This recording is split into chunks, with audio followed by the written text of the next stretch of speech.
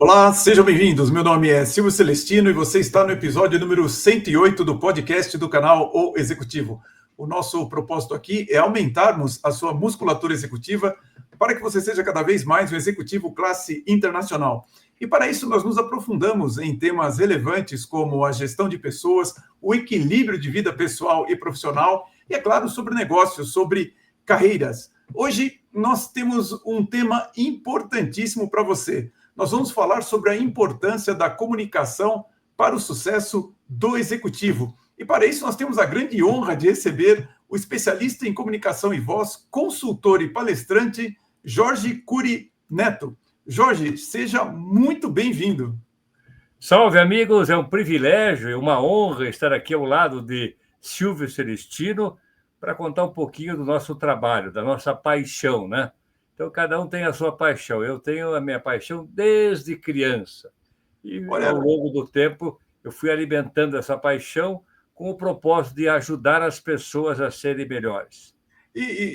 Jorge, eu queria começar exatamente falando sobre isso. Como é que surgiu essa paixão sua pela comunicação? Porque você falou para mim que foi desde criança mesmo que você começou. Como é que você percebeu que você gostava desse tema?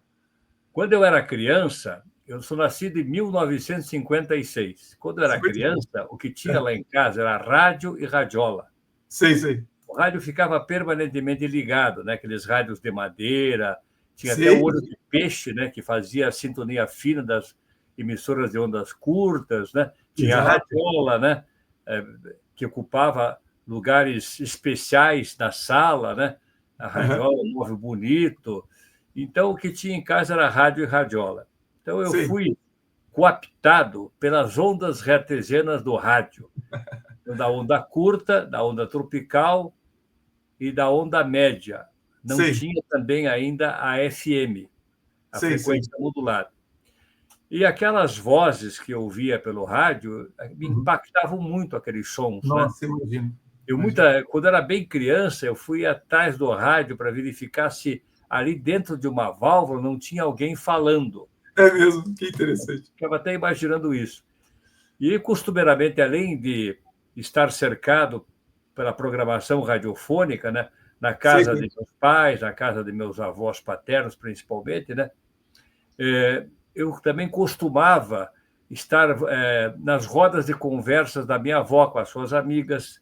A avó preparava aqueles cafés maravilhosos, com aquelas xícaras especiais, bordadas a ouro, né, com detalhes em ouro, e, né, aqueles crochês que enfeitavam a mesa, né? E minha avó preparava um bolo assim feito, recheado com creme e coberto com coco ralado. E além daquelas bolachinhas de mantegal. Então, eu costumeiramente ficava com a minha avó recebendo as suas amigas. E desde aquela época também minha mãe com as suas irmãs, meu pai, tios, avós na sala de casa. Então, desde aquela época, eu despertei um interesse, eu lembro exatamente quando alguém me observou sobre esse interesse, que foi uma amiga de minha avó, nessa área da comunicação. Então, eu desenvolvi um interesse, tive um interesse muito forte sobre os microaspectos da voz. Então, eu prestava atenção em cada tipo de entonação e como cada entonação causava no interlocutor, no caso do ouvinte. Então, com pouca idade, eu tinha essa paixão de observar, né, as vozes. Então, gostava muito de ouvir as vozes dos locutores, normalmente vozes de timbre grave, né? Sim. Né? A Rádio Nacional do Rio de Janeiro apresenta o direito de nascer. Sim. Eu achava bonito tudo isso, né? Sim mesmo. Também as vozes femininas de Iris Licheri. Atenção, senhores passageiros, com destino a Nova York. Queiram dirigir-se ao balcão número 20. Infraero informa. Jorge, isso você em Curitiba, ou porque você falou Rio de Janeiro? Em Curitiba. Ah, sei. Entendi. Curitiba. Tudo isso aconteceu em Curitiba. Então, a minha paixão sobre o voz foi muito grande. E eu observava tanto os aspectos mais micros da voz, como também o que cada aspecto da voz causava no interlocutor, que tipo de reação ele tinha. Uhum. Nossa, mas Então, isso a vida inteira foi isso. mas é uma sutileza muito grande, hein, Jorge? Porque eu lembro que quando criança eu admirava os locutores de rádio, mas por uma coisa muito simples, eu admirava a velocidade com que eles pronunciavam e a dicção, que eu ficava impressionadíssimo como que eles conseguiam pronunciar as palavras tão rapidamente e com tanta clareza. Isso que eu admirava. E você, no entanto, você via sutilezas do tom de voz, do timbre e tudo mais. Impressionante isso. Apreciava muito os locutores esportivos. Eu tinha 7 anos de idade, estava ligado na radiola da minha avó, Sei. um jogo de futebol. Uhum. Rádio Globo, audiência além das 200 milhas. Lá vai o galinho de Quintino, ultrapassa a linha média, joga na direção de Rondinelli. Bolão para Nunes pela direita. Na boca do gol, atirou. Golaço, aço, aço. Aí, eu ouvindo esse locutor, bola derivada pela meia direita, eu não tinha a mínima ideia o que era uma bola derivada pela meia direita. Bola derivada pela meia direita. Olha a descrição. Tinha também, ultrapassa a linha imaginária intermediária contrária.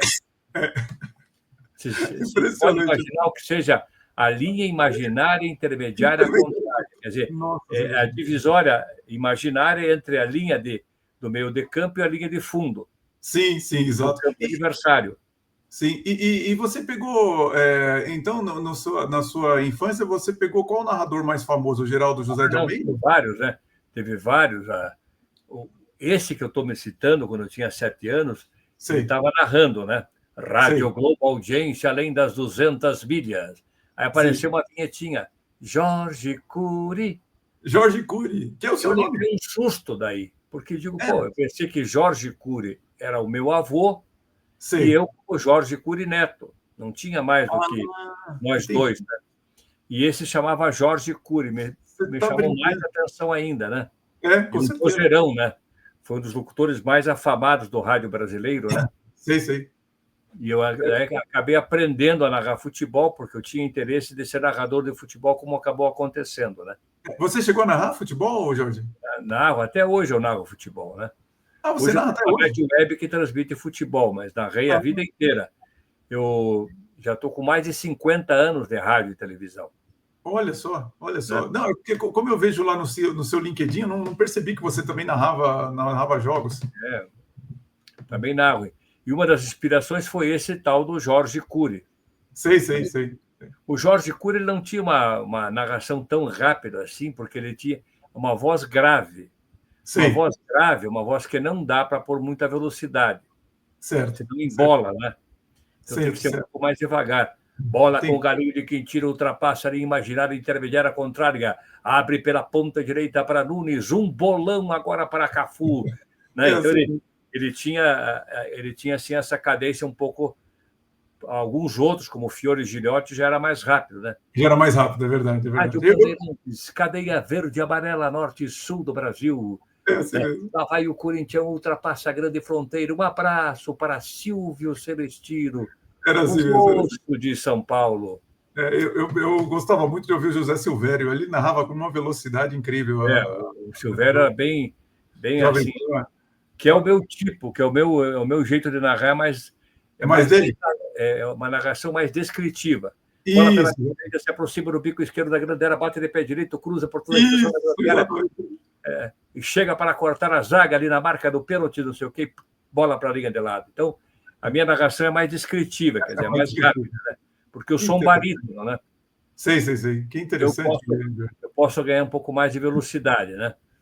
Mas então, esse foi o meu início de pesquisa. Essa pesquisa com os locutores esportivos, eu comecei a fazer no ano de 1972. 72? Eu iniciei a carreira. Sei. A sua carreira como narrador? Eu iniciei a carreira em 72, na Rádio Morumbi de Curitiba, como rádio escuta, que é um auxiliar do plantão esportivo. O plantão é aquele que informa os resultados parciais e finais dos jogos durante a transmissão esportiva principal. Né? Eu auxiliava, ficava com vários rádios ligados, e tão logo os gols iam acontecendo, eu já anotava rapidamente e passava para o plantão anunciar. Naquele ano, eu comecei a fazer uma pesquisa, iniciei a primeira pesquisa sobre esse tema, né? Sei. sobre os locutores esportivos da época. Uhum. Eu listava as principais terminologias que eles usavam e as principais inflexões que eles usavam. Entendi. Por exemplo, o Jorge Cury dizia assim, dali garoto. Sim, sim. Né? Não era um dali garoto, ou dali garoto, era dali garoto. Sim. Outra que ele tinha lá, passa de passagem. Ele dizia. Expressões assim. Seu repertório, né? E comecei a fazer essa pesquisa sobre oralidade junto aos locutores esportivos da minha época, né? Sim, sim. Uhum. Edson Leite também. O melhor locutor que eu atribuo, assim, se fosse para escolher o melhor, eu sempre fui fã do Jorge Cury, por várias razões, né? Certo. Era um excelente locutor. Mas o melhor de todos foi Pedro Luiz, Rádio Bandeirantes de São Paulo. Pedro Luiz, sim. Uhum. Pedro que Luiz foi comentarista. O Pedro Luiz foi da década de 50. Sei. O Jorge Cury também é 50, né? Uhum. Mas o Pedro Luiz ele tinha um detalhe assim absolutamente geométrico, né? Uhum. Ele tinha o quadrilátero, o semicírculo, o vértice da diária. Então ele trazia figuras geométricas para dar exatamente a posição que a bola estava, o que acontecia. Então era uma transmissão assim extremamente detalhada, difícil de copiar. Eu acho assim, não tenho na minha memória ninguém parecido que dissesse fizesse esse tipo de descrição do jogo. Mas como que você adotou os princípios para poder avaliar todas essas vozes e tal? Você estudou especificamente em algum livro ou você criou o seu método de classificar? Como é que foi isso? Bom, no começo, como ingressei como radialista, jornalista, né? No começo eu já tinha essa paixão, então eu já ouvia rádio há muitos anos antes de chegar nesse ano de 72, aos meus 16 anos. Sei, novo. Então, eu fazia assim muito por experiência própria. Eu ouvia uma jornada da 1h30 da tarde até as 7 da noite. Nossa! A jornada inteira. Nossa! Eu tinha uma paixão por isso muito grande. Então, eu fui identificando, né, conversando com pessoas, não eram muitas as pessoas que tinham esse interesse, vamos dizer assim, mais detalhado sobre esse aspecto.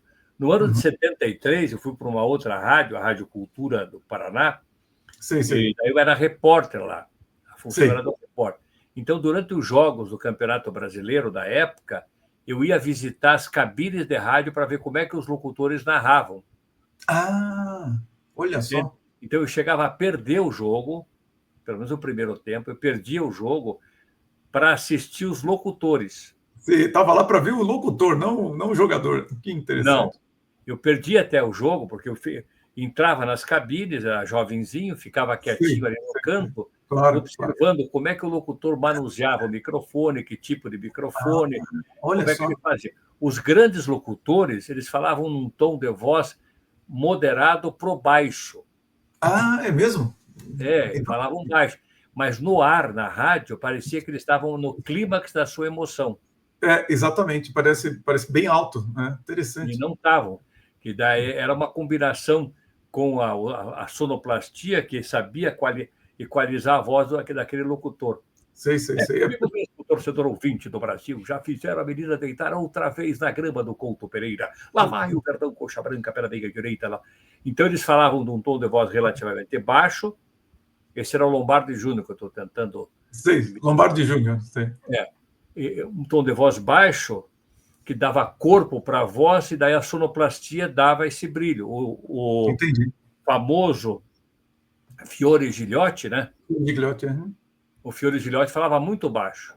Rádio Bandeirantes, cadeia verde, amarela, norte e sul do Brasil. Lá vai o Corinthians ultrapassando a grande fronteira. Ele falava baixo, mas com a boca próxima do microfone, aí saía um som assim com grande capacidade emocional, né? E isso explica a longevidade dos locutores, né, Jorge? Que é uma coisa que sempre me impressionou, porque quando você via o José Silvério gritando gol a plenos pulmões ali, você falava, bom, o cara vai morrer aqui depois de uns 3, 4 jogos, né? E, no entanto, ele teve uma carreira longuíssima, né? Sim. O José Carlos Araújo, lá da Rádio Tupi hoje, né? Está com 87. É mesmo? Olha só. 87. E com a voz preservada. E a voz preservada, o garotinho, né? Parece uma voz de um jovem. Sim, sim, impressionante. E é interessante você falar de toda a importância do locutor de rádio, porque eu me recordo que na década de 70 você ouvia, inclusive, você tinha o locutor da Bolsa de Valores, que dizia todos os dias o valor das bolsas, das ações, né, de uma velocidade bastante rápida também, e ele tinha que ir atualizando ali qual é o preço do valor. A Bolsa de Valores fechou hoje em alta de 0,5%, o Banco do Brasil, PP, em 85%, Petrobras, ON, 1,80%, ele ia descrevendo aquele mundo de ações, né? Então, o mundo era descrito pelo locutor de rádio, não era pela internet, né? Então, eu tenho essa paixão por voz. Sei. O que eu percebo que essa paixão ela é meio rara, viu? Rara? Rara. Poucas pessoas que têm essa dedicação de entender o mais íntimo do que representa uma voz. Olha só. É poucas pessoas. Nem o meio educacional no mundo trata disso. Sim. Pensando nas grandes universidades do mundo, né?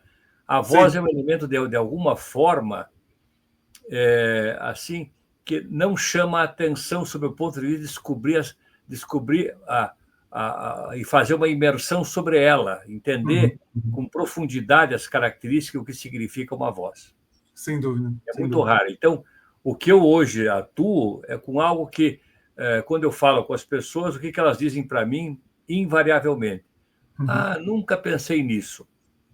Com certeza, imagino que sim. Então, eu trago alguma coisa que as pessoas nunca pensaram, né? Então, esse é um desafio, fazê-las, naquele momento que a gente está conversando, a pensar nisso. Sim, sim. E como é que eu diria assim, esse pensar nisso? O que isso representa? A gente fala e escuta. Certo. Um processo espontâneo e natural. Certo. Raramente alguém vai ficar pensando no seu timbre de voz, na sua qualidade vocal. Verdade. Simplesmente você está conversando com alguém, fala e escuta de forma espontânea e natural. Um primeiro momento que eu vejo importante é que a oralidade, que é a expressão que a linguística atribui a esse estudo da fala, assim como tem o letramento que é voltado para a escrita, né? É uma área que a escola ocidental se ausentou. Entendo. Né?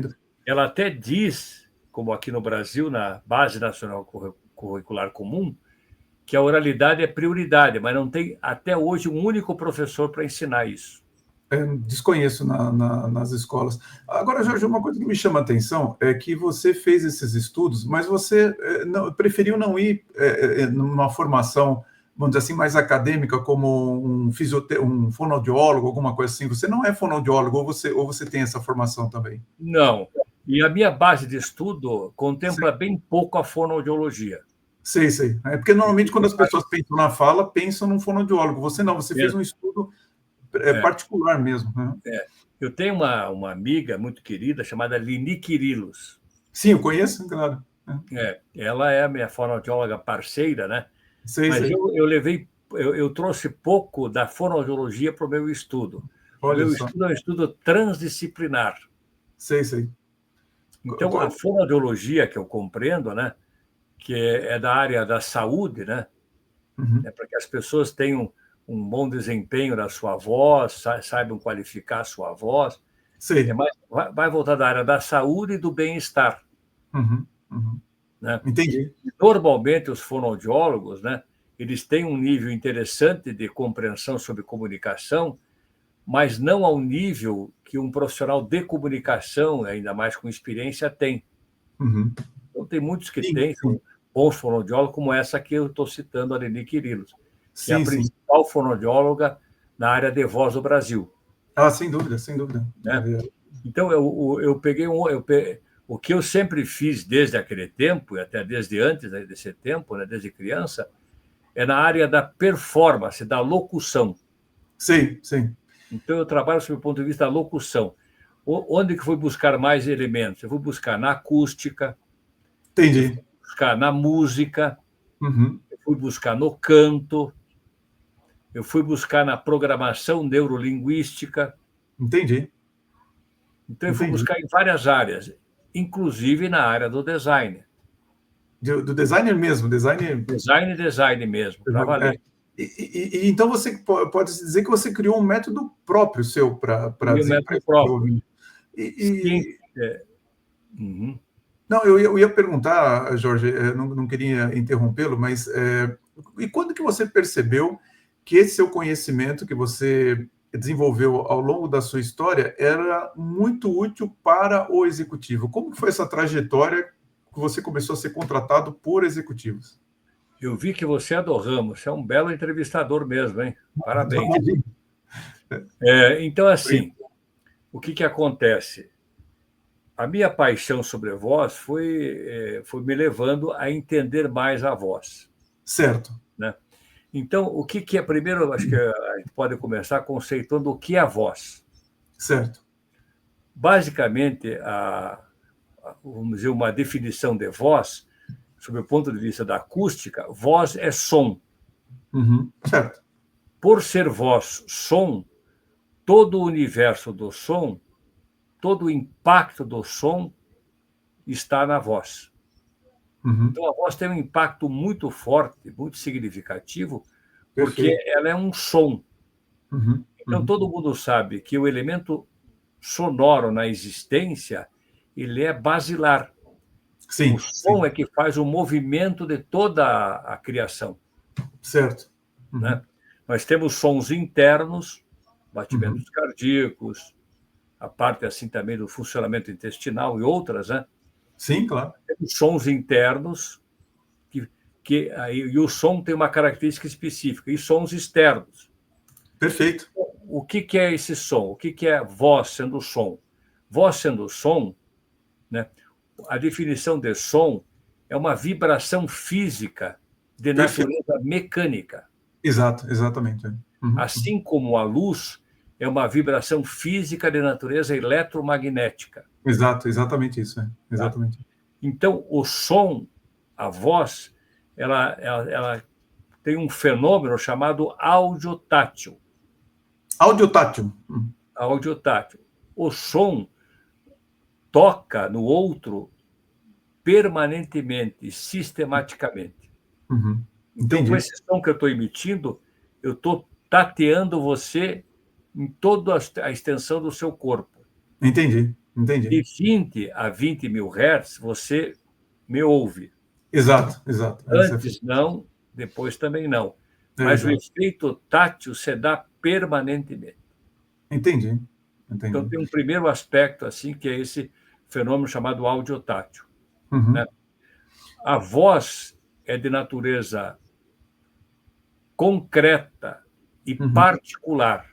Então, cada um tem a sua. É de natureza tanto particular como concreta. Porque a voz é uma emanação do corpo. Uhum. Portanto, voz é corpo. Interessante. Muito interessante. A voz é uma extensão do nosso corpo. Como fosse um membro a mais. Entendi. Por exemplo, nós temos uma distância física, eu e você. Certo. Só que, sob esse ponto de vista desse podcast, a distância que nós estamos um do outro é de alguns poucos centímetros. Certo. E não mais que isso. Porque essa voz que sai aqui do meu aparelho, pelo alto-falante dele, é você. É verdade. Entendi. Não é uma representação sua, é você. Então, essa é a distância que eu estou de você e você de mim. Entendi. Outra coisa, a voz tem um impacto muito forte. Eu estou falando com você agora. Sei. Seu sistema auditivo está captando as minhas palavras, a emissão do meu som. Né? E eu estou mexendo de forma indelével, com intensidades variadas, no seu psique. Certo. Agora mesmo eu estou mexendo na sua cognição, nos seus pensamentos, agora mesmo. Nesse instante, eu estou mexendo também no seu emocional, Perfeito, ao perfeito. você recepcionar esses códigos sonoros. Uhum, uhum. Também, nesse momento, estou mexendo com o seu fisiológico. Entendi. Eu estou intervindo nos seus batimentos cardíacos, pressão arterial, Uhum, pulsação, e estou promovendo em você a liberação de endorfina. entendi, entendi. Você acha isso pouco? Não, eu acho que, principalmente feito de maneira consciente, é uma grande autoridade, grande poder em cima das pessoas, não? Você veja o impacto que isso ocorre, né? Sim, Então, sem dúvida. e a ideia é justamente essa, você falou de forma consciente. Então, o que eu tenho oferecido para executivos, empresários, docentes, profissionais da área de vendas, negociadores, né? Isso aí. Eu vou fazer aqui uma grande, eu vou explicar uma grande síntese, né? Claro. Porque eu até cheguei a lançar um livro no passado, que é esse aqui, Eduque Sua Voz, Inspire Pessoas. Perfeito. Uhum. E Posso nesse deixar um link livro, aqui embaixo, viu, Jorge? Vou deixar um link para o seu livro aqui. tá ótimo. E esse livro, o tema central desse livro é uma introdução à economia da oralidade. Olha Então, só. eu sou economista, precursor da economia da oralidade no mundo. Uhum. Tive o trabalho de verificar isso em detalhes, né? Sim, sim. Especialmente com a ajuda da inteligência artificial e outros métodos. Uhum, uhum. Eu sou economista e comunicador social, então eu criei a economia da oralidade, que não é o tema de agora. O que eu ajudo você, que é um executivo? Uhum. Veja, primeiramente, nessa grande síntese, porque a gente não dá para falar muito mais do que síntese, né? Em função do próprio tempo que a gente tem e do nível Claro. de atenção das pessoas, né? Uhum. Um primeiro aspecto do trabalho é ajudar as pessoas a desenvolverem o seu projeto de voz, Entendi. ou seja, o seu design de voz, Uhum, uhum, ou ainda o seu desenho de voz. uhum. Então, você que é um executivo, Certo. creio que talvez você nunca tenha pensado nisso, mas eu quero mostrar a importância que é você desenvolver a sua performance vocal, Entendi. né? Então, o que a gente trata aqui? Que você, primeiro, faça uma imersão para identificar e entender as características da sua voz. Certo. Conhecer a sua voz, saber qual a classificação do seu timbre, Uhum. quais são o aspecto prosódico da sua voz em geral, O você que é um entender aspecto até o prosódico, Jorge? aspecto... Oi? O que é um aspecto prosódico da voz? A prosódia é justamente essa manifestação de entonações, de ritmo Ah, tá, ok. que você manifesta, né?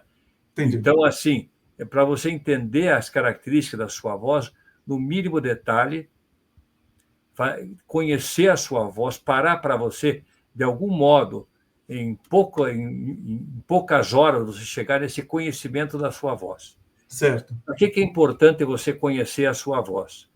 Você conhecendo a sua voz, ela vai dar conta de todas as suas demandas. Entendi. Ela não vai te deixar na mão, porque ela é sua parceira, você conhece ela, né? Uhum. E qual o propósito de você conhecer a sua voz? Fazer uma imersão sobre o universo da sua própria voz. É você ter um caso de amor com a sua voz. Olha só que interessante. Uhum. Se você tem um caso de amor com a sua voz vai manifestar de forma extremamente plena a sua pessoa. Certo, certo. E vai expressar de forma plena a sua personalidade. Entendi. Uhum. Né? Até vou abrir um parênteses aqui. Por que eu falei a palavra pessoa? Né? A palavra pessoa no latim quer dizer persona. Persona, isso. No latim, que é usada no espanhol e no italiano, literalmente. O próprio Verdade. person no inglês vem dessa raiz. Uhum. Uhum. E a palavra persona tem o prefixo per e tem o sona. São esses dois elementos. O per é um prefixo. Uhum. Per quer dizer o quê? Por, pelo, por meio Certo. de, é o per. Uhum. Tem até uma expressão na economia, per capita, Per capita, por pessoa, por pessoa. Uhum. É per capita, é por cabeça. Por cabeça, isso. capita é a cabeça. Então, per capita é por cabeça. E persona, o que é? Já dá para identificar. Temos só o sona agora, né? O que você acredita ser essa expressão sona? Por som? Som. Exatamente, absolutamente certa a resposta. Então, a palavra pessoa quer dizer pelo soar, pelo som. Interessante, não? Então, tudo que a nossa voz manifesta, ela manifesta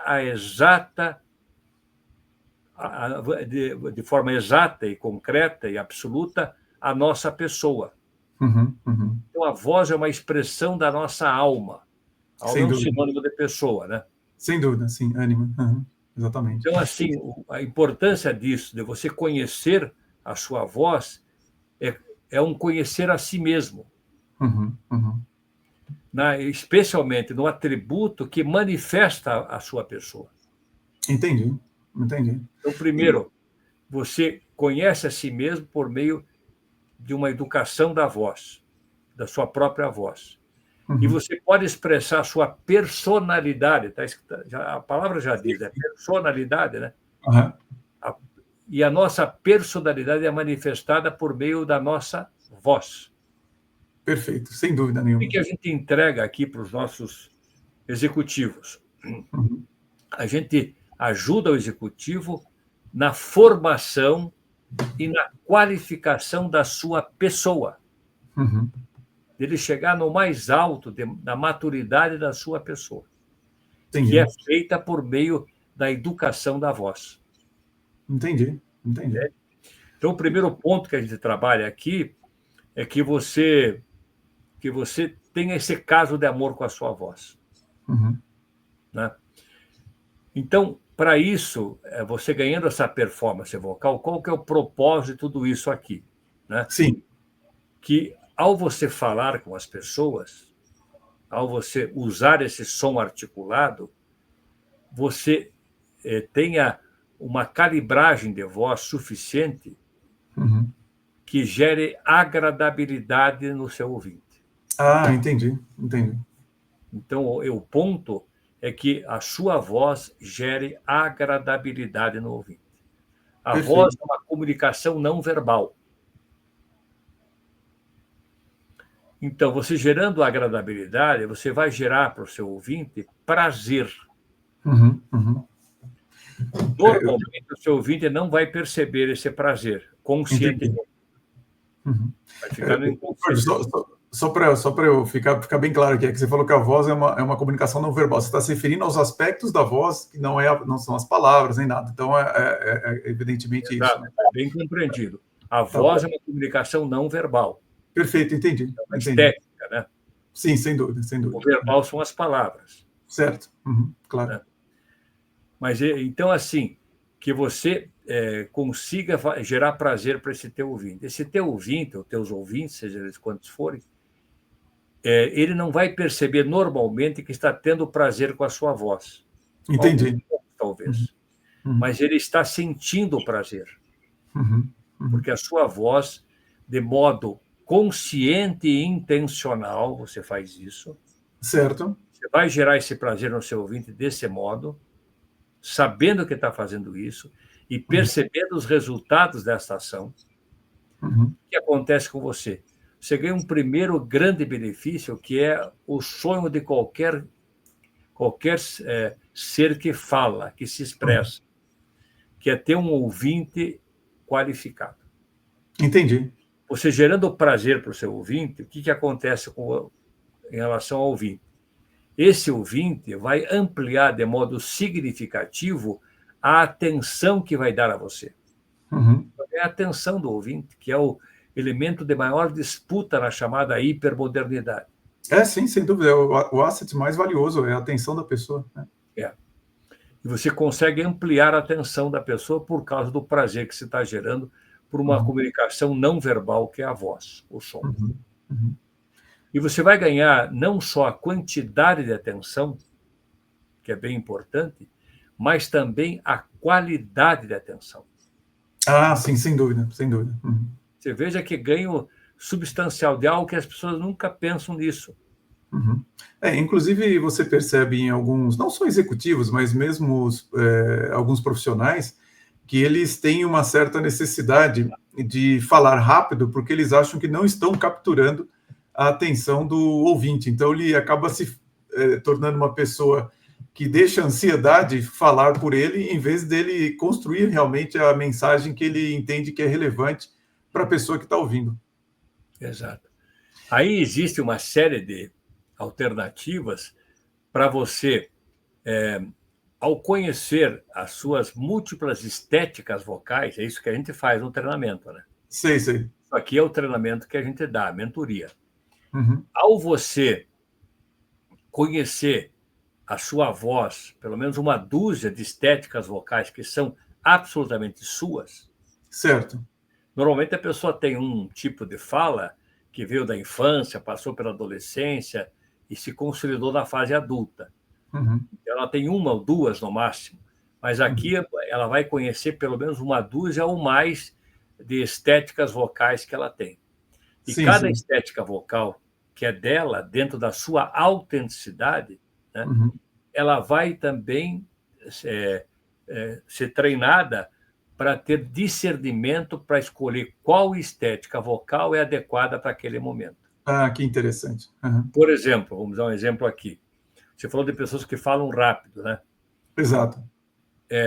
Falar rápido é vamos dizer, é quase que uma patologia, né? Certo. Rápido é uma incorreção. Uhum. Por quê? Então, falar rápido não é nada bom. Uhum. A não ser em algumas situações específicas, como a transmissão de um jogo. Exato, existe um propósito ali muito claro, e os eventos estão acontecendo, né? Então você tem que acompanhar. Mas, normalmente, o ideal é um volume de voz do moderado para o baixo. Certo. E uma velocidade de voz do moderado para o lento.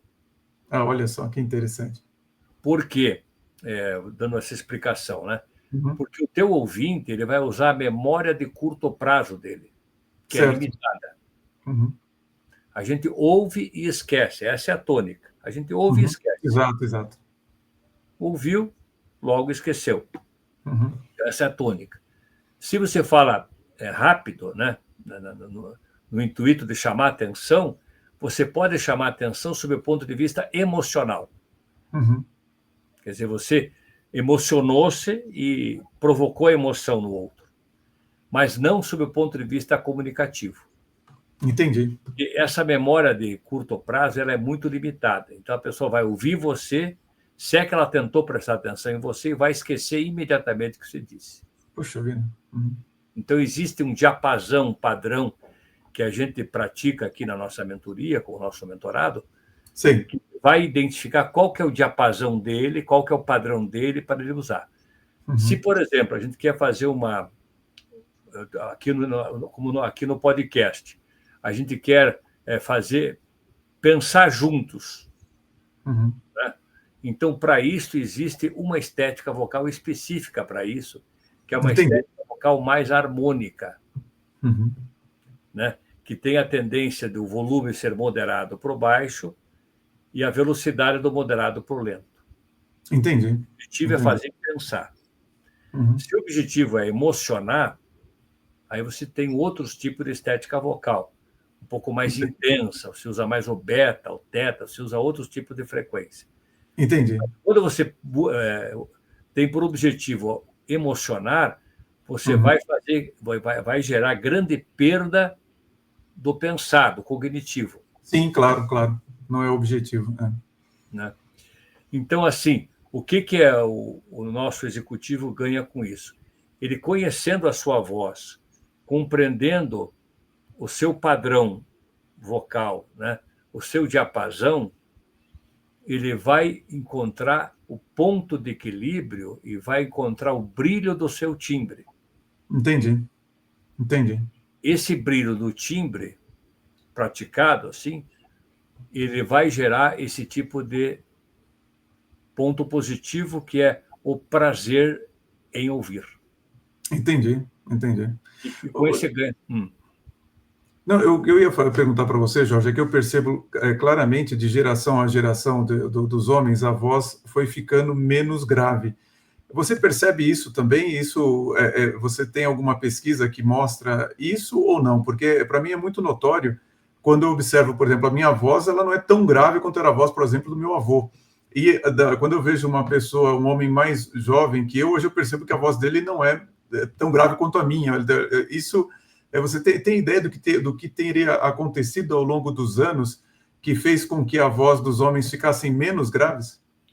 Faz sentido isso. O que Uhum. eu creio, assim, ainda que empiricamente, o que eu creio é que cada geração tem características vocais próprias. Sim, A voz, ela, em cada geração, ela tem, vamos dizer, uma natureza muito próxima uma da outra, certo.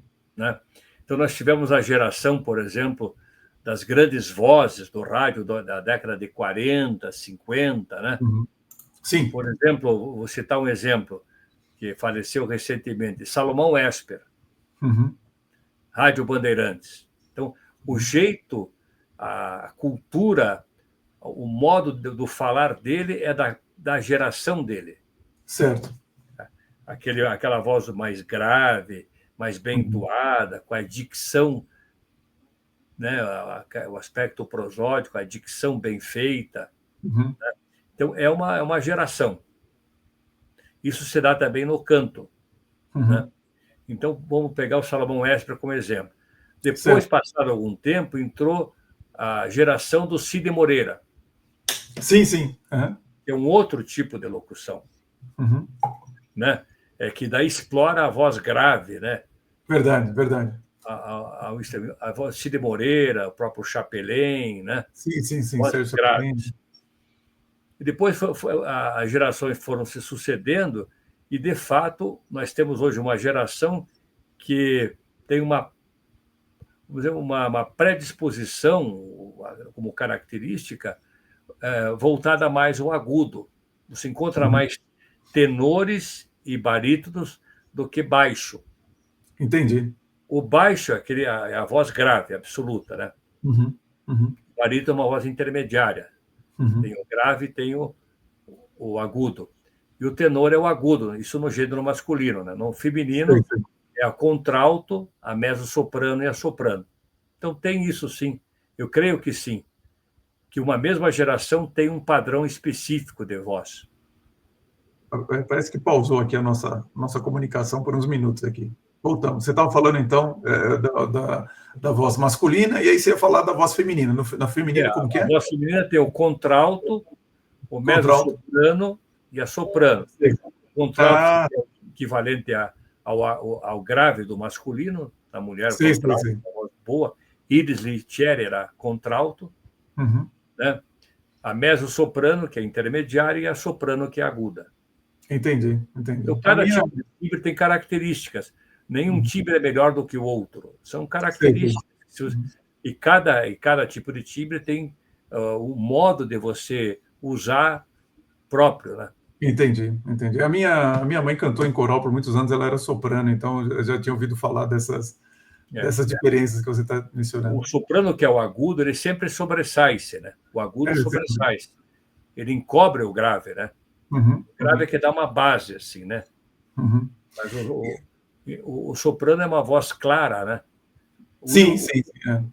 O cuidado do soprano principal em relação à voz é que ele evite ao máximo o volume. Ah, sim. Tem que poupar um pouco. O volume no soprano gera estridência. Certo, exato, exatamente. Então, o que a gente normalmente faz em relação a executivos? É que Uhum. ele ganhe essa capacidade de performance de voz Entendi. e a use de forma consciente e intencional para Uhum, gerar prazer no seu ouvinte. Esse uhum, é um primeiro ponto, uhum, que é o primeiro pilar.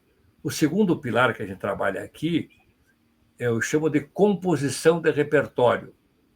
Também eu uhum. chamo de economia da palavra. Sei.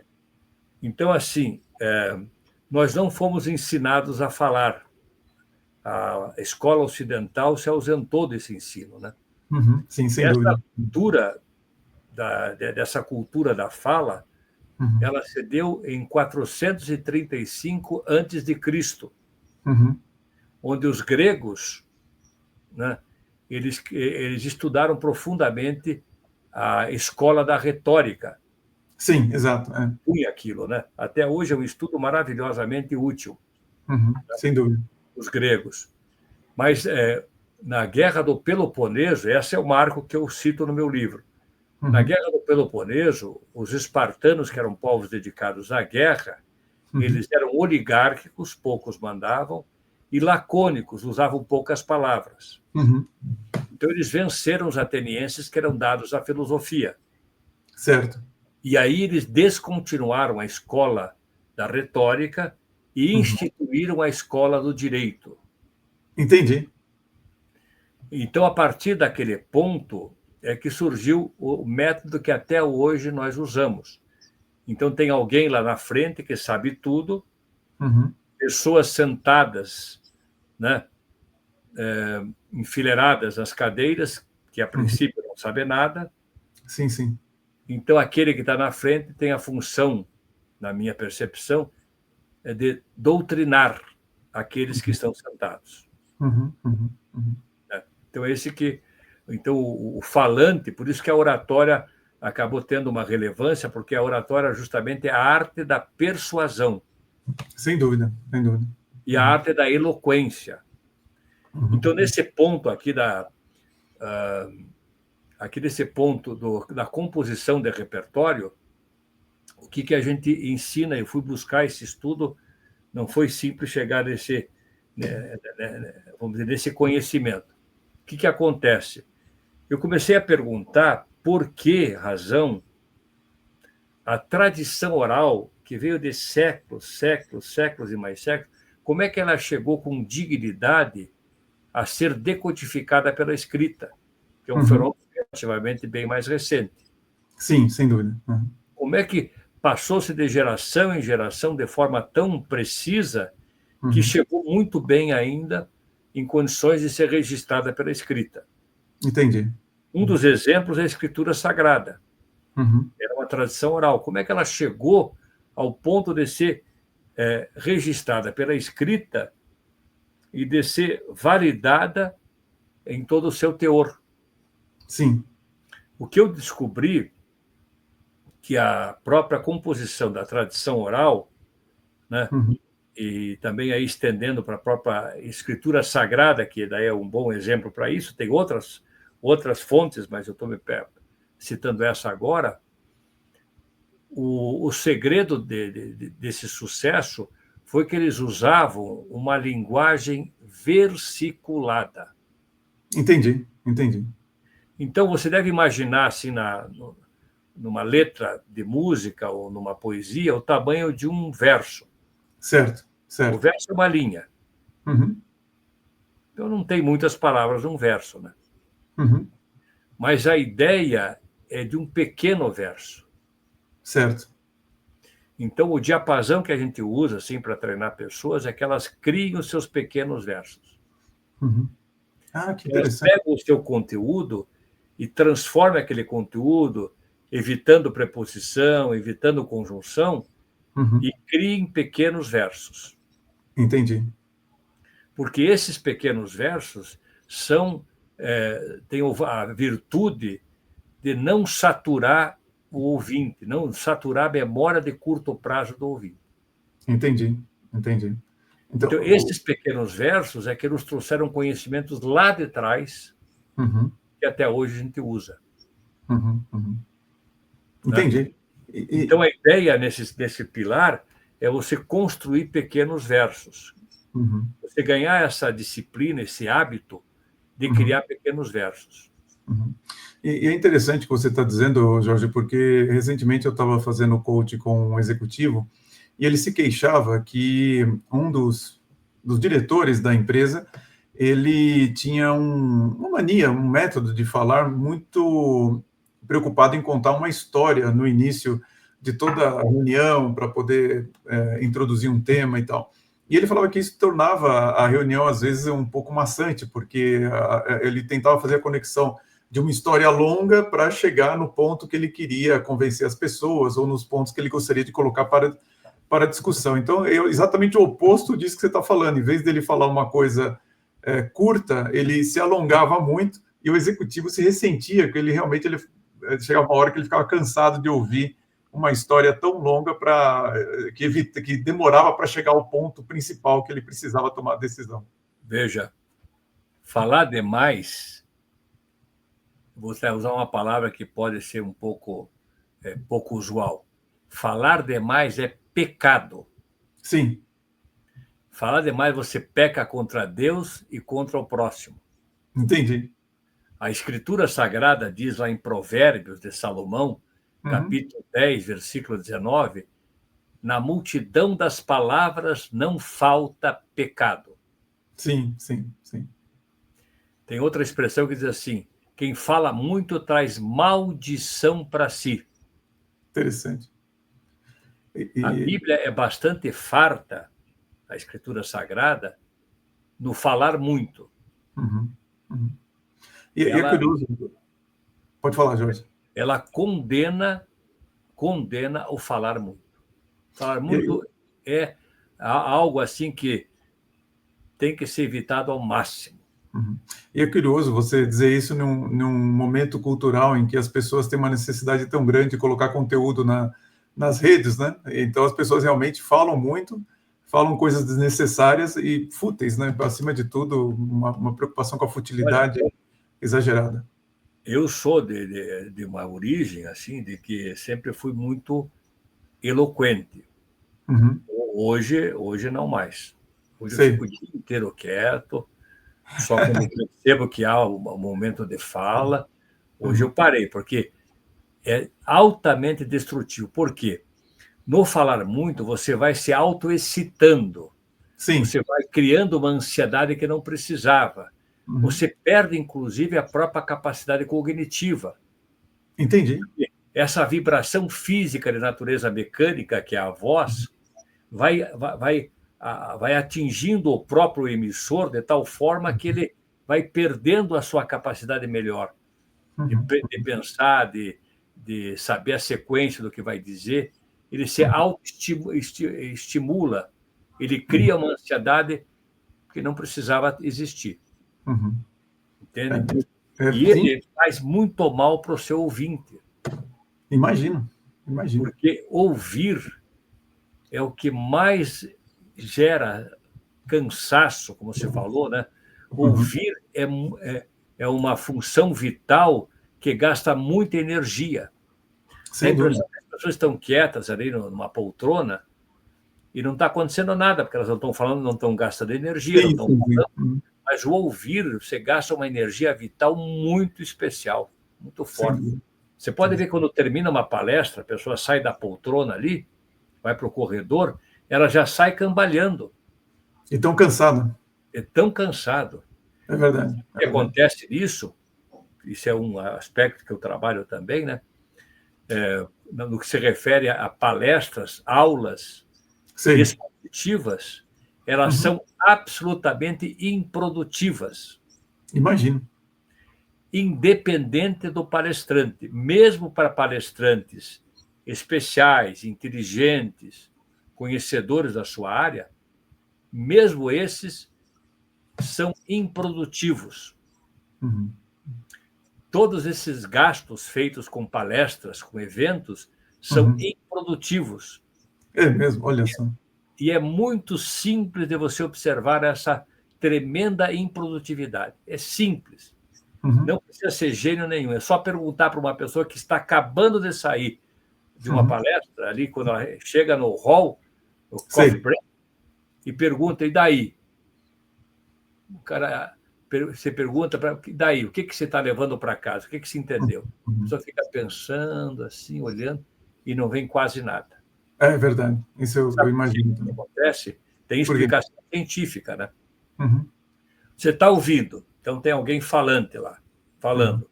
Você quer captar a fala daquela pessoa, né? Você foi ali para isso. O seu sistema cerebral, para ouvir, ele vai se expandindo no atributo da elasticidade cerebral. Ele se expande para tentar Certo. ouvir. Só quando ele chega no máximo da sua expansão, ele é obrigado a voltar ao repouso para economizar energia, Ah, sim, sim, para sim. manter a mente em equilíbrio. Uhum, uhum. Nessa volta que ele se encolhe para voltar ao repouso, ele descarta praticamente quase tudo do que ouviu. Tudo que ele ouviu. Quer dizer, foi um esforço em vão, então, do palestrante tentar transmitir para ele uma quantidade excessiva de informações. Eu nunca mais fiz isso. Entendi. As minhas Entendi. palestras são absolutamente dialogadas já nos primeiros 5, 6 minutos. Sim, sim. Funciona bem melhor, né, Jorge? A gente entra numa conversa. É. Na verdade, assim, enquanto você falava, eu lembrava, existe um livro do Olavo de Carvalho que chama Aristóteles sobre uma nova perspectiva, e que acho que a maioria dos oradores, eles não atentam ao fato de que você tem que catalogar e organizar o seu diálogo, o seu discurso, perdão, em acordo com o que você sabe de uma certa informação. Então, se você está falando apenas nos campos das possibilidades, então você vai usar um discurso poético. Se você vai falar em termos de algo que é verossímil, então você vai usar a retórica. Quando você está no campo das probabilidades, você usa a dialética, e é só o discurso, vamos dizer assim, doutrinal, é quando você está no certo de algo que você está falando. Só que como as pessoas não fazem essa classificação do seu nível de conhecimento em relação ao tema que ela está querendo transmitir, ela acaba, às vezes, usando um ar professoral em uma coisa que ela está querendo gerar apenas uma impressão aqui de possibilidades para a pessoa, e que é um diálogo mais interessante, realmente, das pessoas fazerem. Mas eu fico pensando, né, Jorge, que hoje, quando eu vejo os executivos serem cobrados por resultados no curto prazo, e tudo tem que ser feito em 5 minutos, conversas rápidas, às vezes online e tudo mais, o quanto o executivo perde vamos dizer assim, o interesse o foco de que ele precisa desenvolver todos esses elementos que você está ensinando de uma maneira ordenada, para que ele possa, inclusive, atingir esses resultados como a empresa pede, né? Uma coisa aqui que eu quero dizer é o seguinte: quem ouve, esquece. Não tenha dúvida. E é normal. Já explicamos isso há pouco, né? Quem ouve, esquece. Sim. Quem vê, copia. Uhum. Quem justifica, não faz. Entendi. Só quem faz, aprende. Entendi. Então, por exemplo, esse conteúdo que a gente está apresentando aqui é só fazendo. Não tem jeito, né?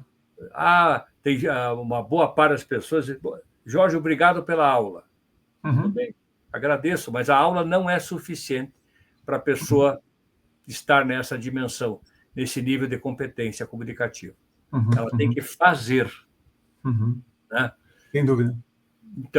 Então, nesse ponto, tem até um dado interessante, que é um conhecimento antropologicamente consagrado, e foi corroborado esse conhecimento por um tal de George W. Miller, um dos precursores da psicologia cognitiva. Verdade. Cada enunciado, cada frase deve conter, no máximo, 7 palavras. 7 palavras? É o máximo. 7 não é o ideal, é o máximo. Entendi. É o máximo, é o limite máximo. Então, um bom comunicador, ele precisa estar atento a isso, por isso da composição de repertório. Que ele fique aí 4, 5, 6, evitando até chegar no 7º. Quer dizer, ele realmente precisa fazer isso que você está dizendo. Quer dizer, ele não tem como ele, na hora, imaginar que ele vai conseguir refletir nas 7 palavras máximas que ele poderia usar para transmitir uma ideia. Ele vai ter que se preparar antes e ter esse repertório para poder utilizar de maneira apropriada, é isso?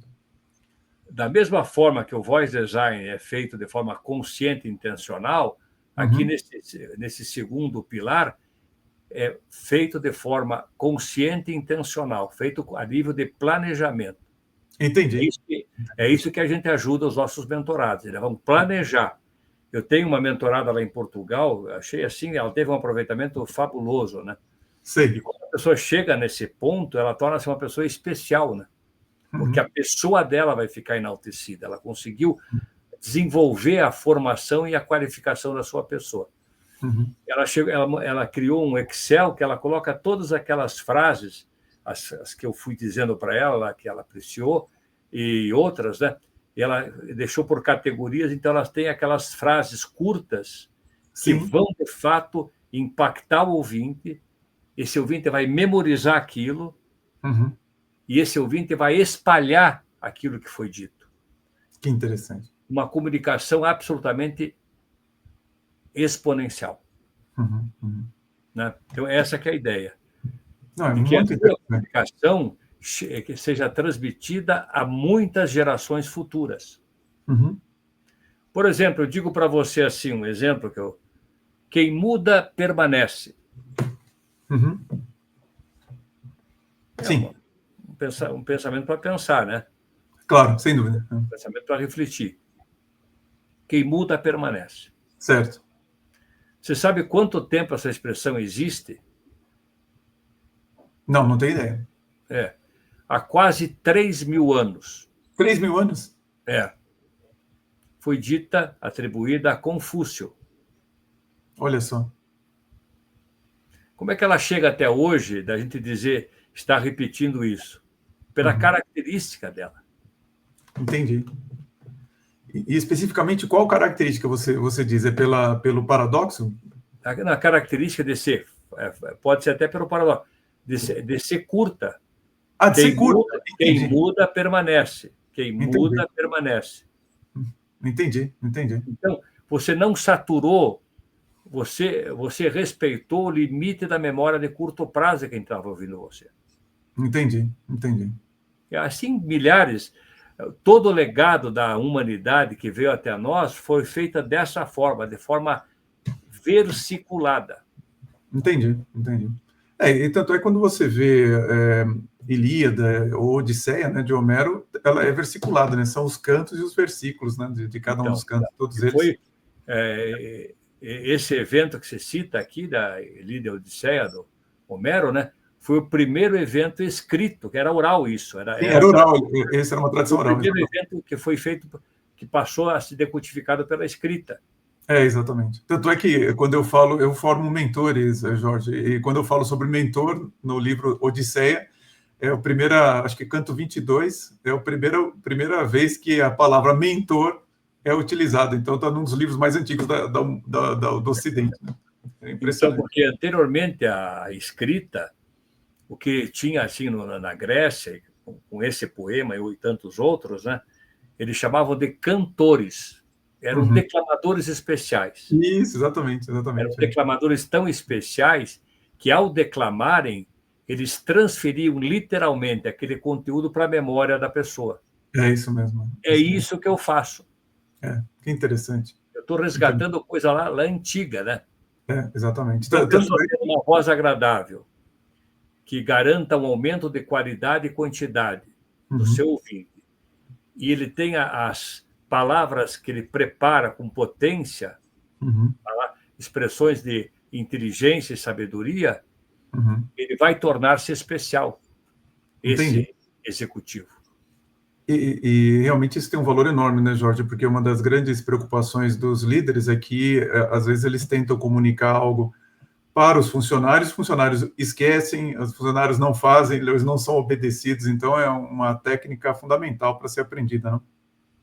E daí ele pode pegar aquele conteúdo de tal forma que fixe na mente né? O líder fixe na mente da pessoa que está sob a sua liderança, né? Ô Jorge, tudo isso que você está falando, muda alguma coisa na comunicação, por exemplo, aqui que nós estamos fazendo online e na comunicação presencial? Porque, normalmente, quando a gente fala de oratória, as pessoas se preocupam não apenas com as palavras, a emoção, mas também com a gesticulação e tal. Isso muda ou não? No caso, o mais importante é isso que você está dizendo a respeito da comunicação ser feita por frases curtas e de uma forma refletida. Você já já observou que eu não estou no campo da oratória como arte da eloquência. Sim, eu percebi. O que eu criei, um neologismo que chama oratória econômica. Oratória econômica, sei. Econômica, com poucas palavras. Oratória econômica, é um neologismo que eu criei. Né, se for para incluir a palavra oratória. Certo. Para incluir oratória econômica. Então, você usar o mínimo de palavras, né, com uma voz que gere prazer no ouvinte, aí tem um fator que eu chamo de motriz para tudo isso, né, que completa todo esse processo, que é o fator motriz, que é você aprender a emprestar a sua alma para as suas palavras. Entendi. Se você fala simplesmente algo por falar, a fala é insuficiente para comunicar. Então, o funcionário daquele líder vai esquecer. Certo. Se é que ele tentou ouvir, no momento seguinte ele já esqueceu. Entendi. Por quê? Porque você falou. E a fala, nesses termos, é como um alimento sem tempero. Entendi. Até alimenta, mas não tem tempero, não tem gosto. Entendi. Então, a ideia que a gente ensina aqui é você aprender a emprestar a sua alma para as suas palavras. Ou seja, emprestar a sua personalidade para as suas palavras. E, Jorge, hoje, com a utilização de tecnologias como inteligência artificial, muitas pessoas procuram aprimorar a sua fala, o seu jeito de falar, consultando uma inteligência artificial, procurando conhecer técnicas, alguma coisa nesse sentido. Você acha que a tecnologia consegue substituir a pessoa nesse ensino? Porque eu acho muito difícil só a tecnologia conseguir substituir, por exemplo, uma pessoa como você, que tem toda essa experiência, essa bagagem. É possível ou não? Veja, a tecnologia é feita por humanos. Então ela não é concorrente. Ele é fruto do trabalho humano. Ela não vai concorrer jamais com o humano, porque ela própria é o trabalho humano, né? Que gera essa tecnologia. Eu uso muito a inteligência artificial. Em muitos momentos ajuda você a dar um primeiro passo, né? Mas o que eu ensino aqui, e que eu chamo assim, desse trabalho nosso, isso que nós fazemos assim é uma autêntica tecnologia, isso que eu estou descrevendo. Sim, sem dúvida, é mesmo. Isso que eu estou descrevendo é uma tecnologia sem nenhuma aspas. A tecnologia da oralidade. Entendi. Essa tecnologia, na minha percepção, é a principal tecnologia disponível para o homem. Porque se o homem abre mão dessa tecnologia, do falar e do ouvir, né, no âmbito mais profundo e mais ampliado possível, ele também fica sujeito à própria evolução da inteligência artificial e fica suscetível a ser influenciado. Sim. Porque o que acontece? Ele não aprende a estrutura do falar, de uma voz agradável, do poder de síntese, né? Para que, de fato, caiba na memória do ouvinte, que ele guarde e espalhe, né? Ele não aprende a emprestar a sua confiança, a sua fé, a sua convicção para aquilo que está dizendo. É verdade. Esse item aqui que eu estou falando, isso que eu acabei de falar, o que acontece quando você usa esse recurso? O recurso de você emprestar a sua alma para as suas palavras. Esse recurso promove, invariavelmente, nas pessoas que estão ouvindo, nos interlocutores, que essas pessoas abram as janelas da sua memória. Entendi.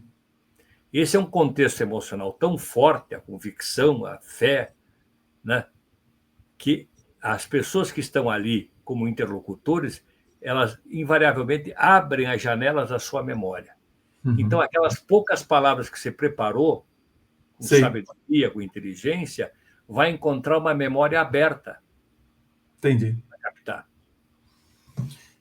E, Jorge, você acha que, de certo modo, esse é o principal problema que os executivos enfrentam? Eles não são tão convictos assim, não emprestam a sua alma, as suas palavras, e por isso que eles não conseguem convencer as pessoas como eles gostariam?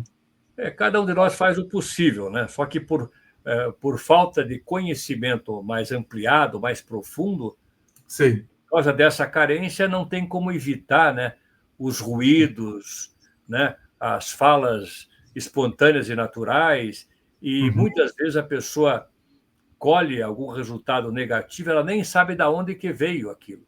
Sim, sim. Pode estar sendo por falta de conhecimento. As pessoas padecem por falta de conhecimento. Ah, sem dúvida, sem dúvida. Né? Então, daí fica esse prejuízo. Elas nem sabem que o prejuízo está ali na falta de uma educação vocal, né, adequada, de pensar bem nas palavras, do exercício do pensamento. Elas nem ficam sabendo. Elas levam prejuízo e ficam ignorantes disso. Sem dúvida, sem dúvida. Tem um terceiro pilar ainda, né, que eu deixei por último, Sim. que é o pilar base, que é o pilar que viabiliza todos os pilares citados anteriormente, que é você ampliar a sua escuta de modo estruturado. Como que é isso? Então, o que acontece? A escuta é a parte mais central da comunicação humana. A escuta é onde que há concentração absoluta de inteligência. Ao escutar, nós somos levados a pensar. Portanto, a escuta é que promove o exercício do pensamento. Nós aprendemos a pensar por meio da escuta. Né? A escuta é o nosso domínio sobre o mundo. Não é na fala, é na escuta. Freud dizia: o homem é dono do que cala e escravo do que fala. Verdade. O homem é dono do que ouve e escravo do que diz. Então, a escuta é nosso poder. É muito mais assertivo dizer o poder da palavra escutada do que o poder da palavra falada. Entendi. A fala é um subproduto da escuta. Certeza. Você só fala o que você escuta. É verdade, é O verdade. fenômeno da surdez é isso, né? Exatamente, exatamente. Tanto é que eu lembro da história da Helen Keller, né? Ela fala muito sobre isso, né? Que aquela americana, que ela, com 5 anos de idade, ela ficou surda, muda e cega, e ela precisou do auxílio de uma enfermeira, a enfermeira Sullivan, que, como ela não enxergava, ela fazia os sons na mão dela, né? Até ela perceber que aquele toque que ela tinha na mão era uma comunicação, e aí ela começou a perceber que ela tinha como se comunicar de novo. E é interessante, porque ela fala uma coisa que, inclusive, tem um pouco a ver com os índios brasileiros, né? Ela sentiu uma raiva muito grande de não conseguir se comunicar, mas ela não se comunicava porque ela não escutava, exatamente isso que você está se referindo, né? Então, ela não conseguia expressar o que ela desejava para as demais pessoas. Então, a fala é um subproduto, uma consequência da escuta. Claro, muito claro. Quando a gente escuta, somos levados a pensar, e pensar palavras, substantivo, verbo e complemento, que daí serão usadas para a fala. Né? Perfeito. Quando você está pensando num projeto assim mais complexo, imaginando você num projeto complexo, estudando alguma coisa um pouco além do que você costuma fazer,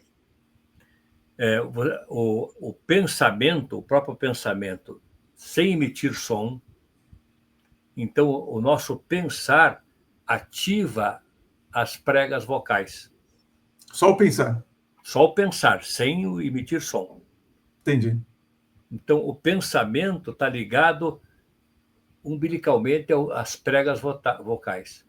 Então, quando você está pensando muito, te dá sede, te dá vontade de tomar um café ou comer um chocolate, porque você fica mexendo aqui nas pregas vocais, só com o próprio pensamento. Que interessante. Então, a escuta, ela é de uma... Isso a gente treina aqui, na nossa mentoria. Entendi. Né?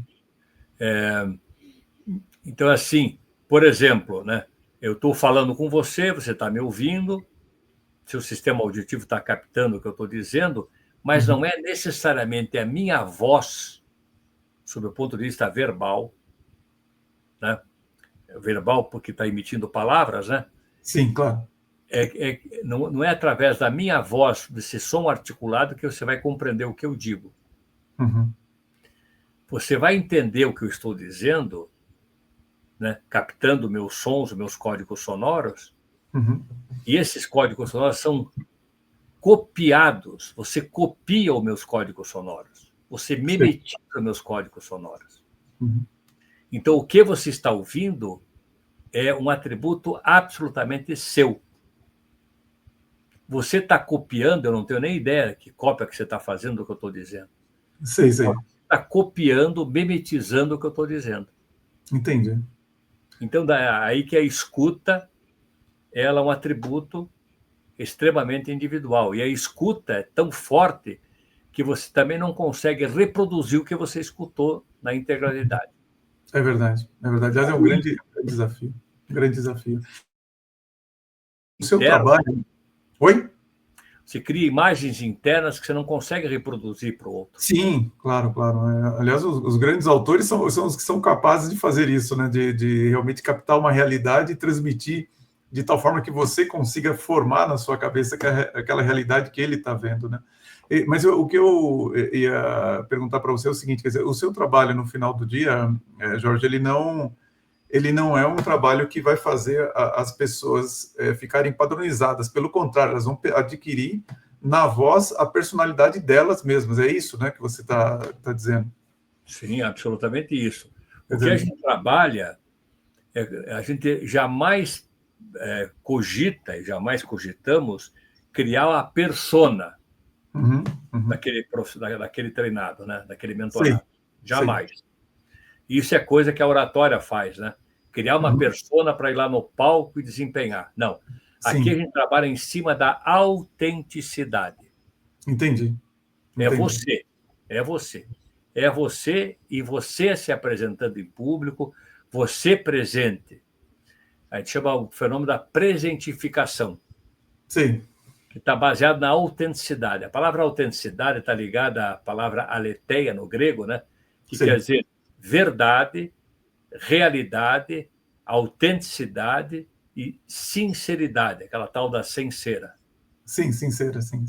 Muito então, a ideia é que você mesmo esteja ali, presente, absolutamente presente, absolutamente a partir da sua individualidade. E, Jorge, você tem, vamos dizer assim, um executivo jovem, ele também pode fazer um trabalho com você? É um executivo que já tem uma certa, vamos supor assim, está mais na faixa dos 30 anos em diante? Ou como é que ou qualquer executivo poderia se beneficiar do seu trabalho? Como que você vê isso? Absolutamente qualquer tipo de faixa etária, qualquer tipo de faixa social, não há restrição. Porque, assim, qual que é a minha missão? É resgatar algo tão forte na nossa humanidade, porque o que eu creio? Que nós somos a voz que clama. Entendi. Não é que nós temos uma voz que clama, nós somos a voz que clama. Entendi. Entende? Então, a voz nos constitui. Como esse assunto foi negado pela escola ocidental, e negado por meio de uma postura e não por uma negligência. Porque a escola ocidental, como um repositório da própria sociedade ocidental, jamais quer dar atributos ao indivíduo que gere poder. Entendi. Então, isso que eu estou falando torna-se a pessoa especial. Ela alcança a maturidade da sua formação e inteligência. Isso a escola não quer. Entendi. No mundo inteiro, não cala a boca direto, né? Sim, é verdade. Cala a boca direto. Tem gente lutando pela inteligência, mas também tem gente que está lá na pedra lascada ainda, na pedra polida, né? Aí nós precisaríamos fazer um podcast inteiro a respeito disso, Jorge, porque realmente eu vejo que a escola, a universidade, com certeza, ela há muito tempo abriu mão do seu objetivo, do seu propósito principal, que é realmente formar os homens como deveriam ser formados, né?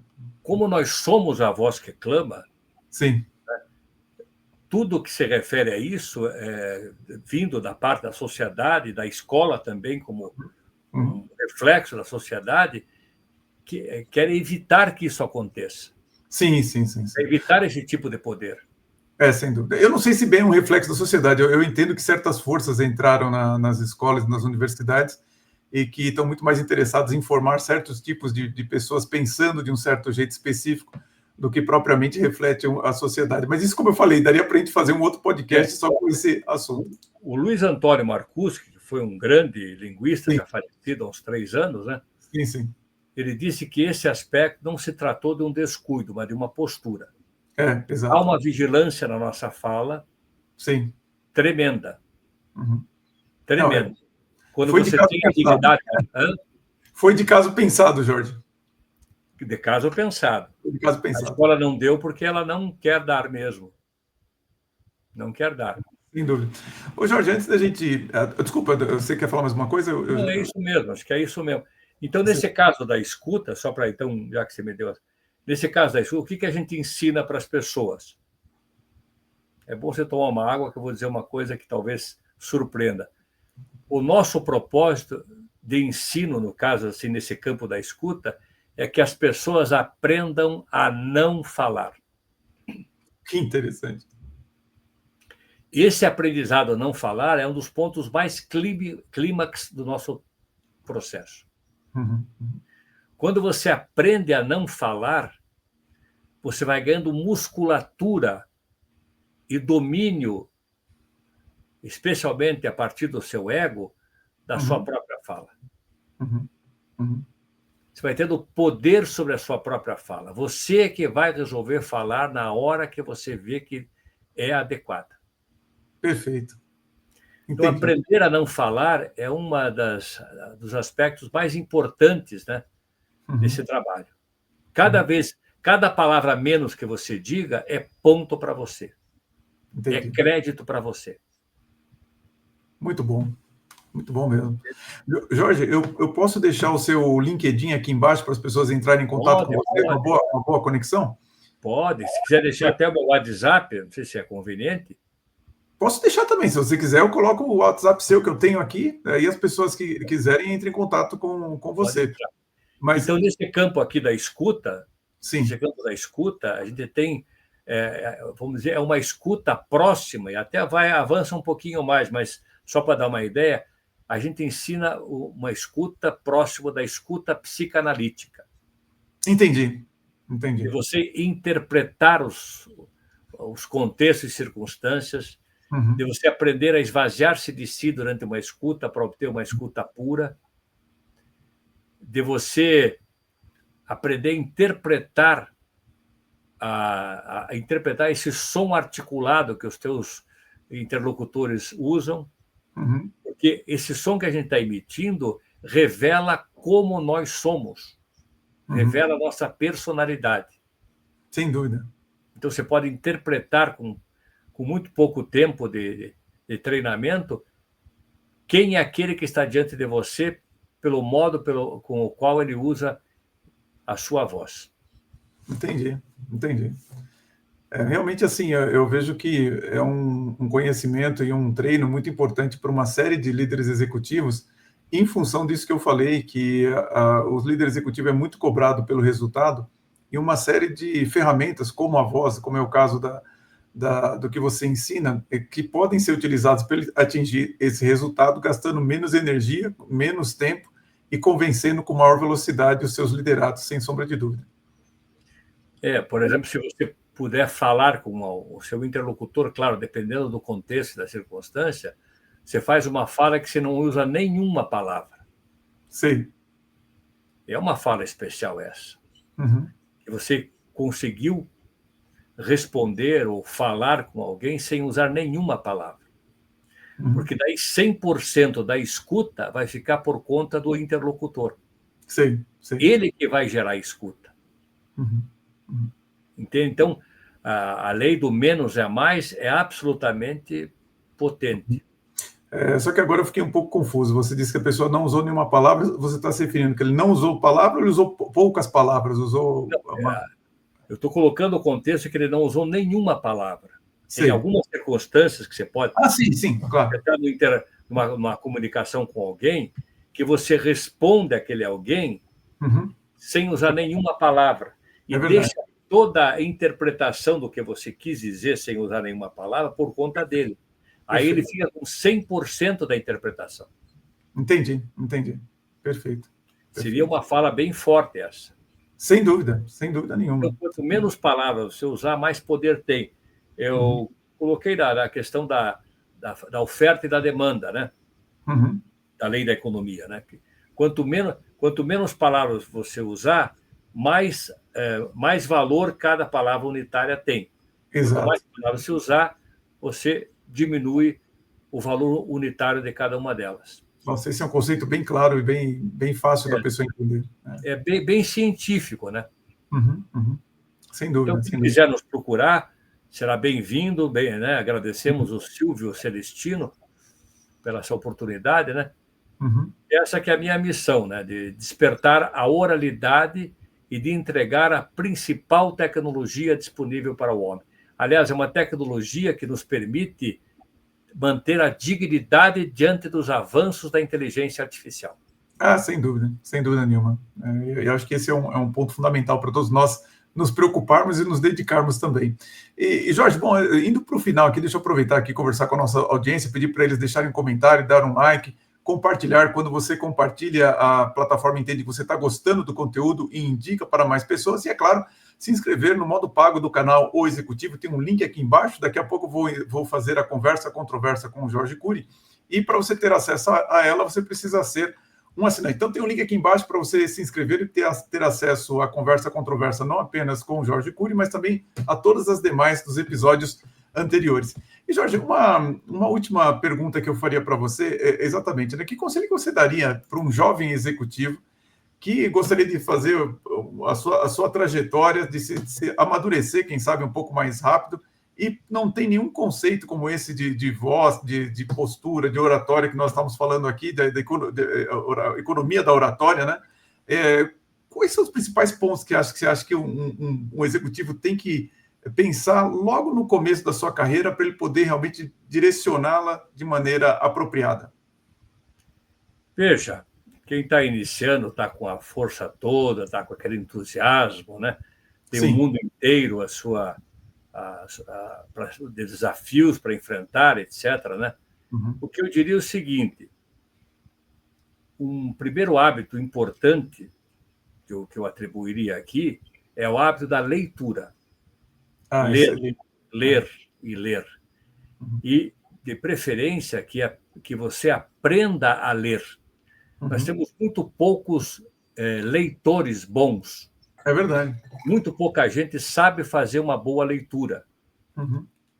Né?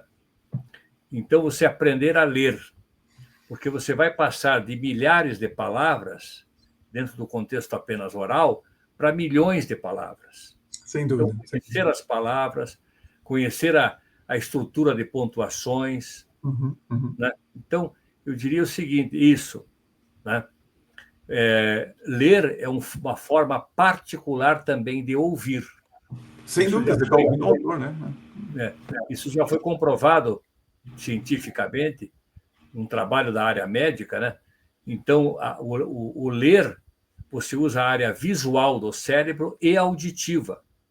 Você imagina a voz, mesmo a leitura silenciosa, você imagina, você cria a voz, né? Então, ler, né? E pensar muito e ser pronto para ouvir, aprender a ouvir, se dedicar a ouvir, e ouvir com muita atenção, a maior atenção possível, se dedicar a ouvir, né? Para habilitar você a ter falas interessantes, falas competentes, falas que realmente gerem riqueza ao seu ouvinte. Sem dúvida. Né? Então, o que eu dou assim para ele é que ele conheça a sua voz, não despreze a sua voz, não fique achando que a sua voz não é boa, porque toda voz tem o brilho do seu timbre. Aprenda a conhecer a sua voz, eu estou aqui para isso, inclusive. Sim. Aprenda a trabalhar os seus discursos da forma que a gente explicou, com frases curtas, Aprenda também a emprestar a sua alma, a sua personalidade para aquilo que você diz. Sim. Né? E aprenda a ouvir sempre. O caminho do sucesso é ouvir. Sem dúvida. A boca fala o que está cheio o coração. É verdade. Então, prepare o seu coração. Dê instruções ao seu coração. Né? Ganhe competência do seu coração, porque é dali que provém todo o seu sucesso. A boca simplesmente vai reproduzir o que o seu coração conseguiu alcançar. Acho que é isso. Excelente. Excelente, Jorge. Olha, queria agradecer muito mesmo pelas suas palavras, pelas suas ideias. Você sabe que eu estava lembrando, e agora eu não vou duas coisas que eu queria deixar aqui no final. Existe um livro do Mortimer Adler que se chama Como Ler Livros, que eu recomendo sempre para as pessoas lerem, para que elas possam não apenas ler, mas interpretar adequadamente o que está escrito nos textos. Então, vou deixar um link aqui também para as pessoas. Vou deixar um link para o seu livro também, Jorge, aqui embaixo, para as pessoas que quiserem comprar. Ele tem na Amazon, Jorge? Tem na Amazon. Então, vou colocar um link para ele também. Mas fazer esse podcast com você me lembrou uma frase que eu não vou lembrar o autor agora, mas que ele dizia o seguinte, que o que os homens deixam uns aos outros é apenas uma pequena parte de si mesmos, a sua parte falada. E tenho certeza que você deixou uma mensagem muito grande, muito importante para todos os nossos ouvintes. Então, Jorge, muito obrigado pela sua participação aqui no podcast do canal O Executivo. Foi uma honra tê-lo aqui. Eu gostaria que aqueles que se sentirem desejosos de serem especiais, eu quero pessoas que queiram ser especiais. Pessoas que não queiram apenas ficar na média geral, mas que ser especial. E para você ser especial, é importante que você eduque sua voz e inspire pessoas. Sem dúvida. Ou influencie pessoas, ou encante pessoas, né? E tudo isso parte da sua voz. Repetindo, porque creio, nós somos a voz que clama. Com certeza. Muito bem, Jorge. Muito obrigado mais uma vez pela sua participação aqui no canal O Executivo. E a você também que nos ouviu nesse episódio 108 do nosso podcast. Fica também o meu convite. Na próxima quinta-feira, às 19h30, mais um episódio do nosso podcast O Executivo. O nosso propósito aqui é aumentarmos a sua musculatura executiva para que você seja cada vez mais um executivo classe internacional. Um grande abraço a todos e vamos em frente!